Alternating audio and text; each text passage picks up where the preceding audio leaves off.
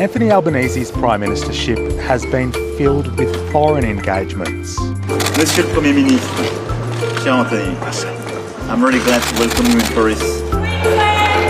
His government, still in the honeymoon phase, has faced little domestic political turbulence until now. Good morning, thanks for joining me. We've agreed to reinstate the pandemic leave disaster payment to the 30th of September of this year. The decision to reintroduce $750 payments for casual workers who catch COVID but have no sick leave was widely welcomed, after the government spent the preceding week ruling it out.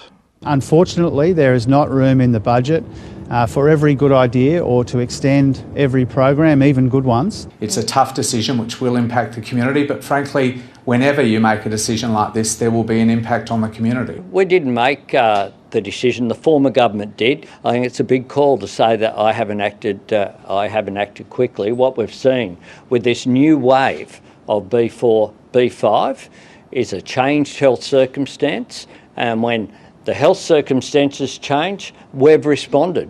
The federal government is splitting the cost with states and territories. The last thing we need are people who can't afford to isolate for a period, feeling that perhaps they won't get tested, perhaps they'll have to go to work, and then fuelling more of what we already see as a pretty serious increase in cases. Labor's Susan Close is the acting Premier in South Australia, one of the many state governments that pushed for the change as hospitals strain under near record numbers of COVID patients. Politics is imperfect. We are dealing with enormous deficits and we're dealing with a global pandemic. We are dealing with competing priorities and it is complex. So I'm not going to throw around blame or criticism of the federal government.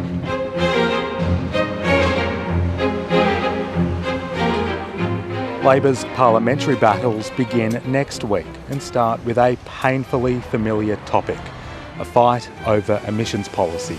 The federal opposition getting hairy-chested on emissions trading under new leader Tony Abbott. Happy to have a debate. There's an opportunity today for senators of good conscience who want to act in the national interest to still pass the legislation. In 2009, Kevin Rudd's Labor government tried to pass its emissions trading scheme. This legislation may well fail on the Greens' vote. Those of that opinion say aye. Aye. Against say no. No. The Nationals, Independents and Greens all voted against it. The Greens, in the name of stronger action, killed off the plan. Fast forward over a decade and the Albanese Labor government is seeking Green support to pass climate legislation. If the Greens Party haven't learnt from what they did in 2009, that was something that led to a decade of inaction and delay and denial, then that will be a matter for them. No, we stand by our decisions, and where policies would not deliver good outcomes, we won't support them. And we make no apologies for that. This time, it's a largely symbolic bill enshrining into law the government's goal to cut emissions by 43% by the end of the decade. In the new parliament, the government needs to secure 39 votes in the upper house to pass legislation.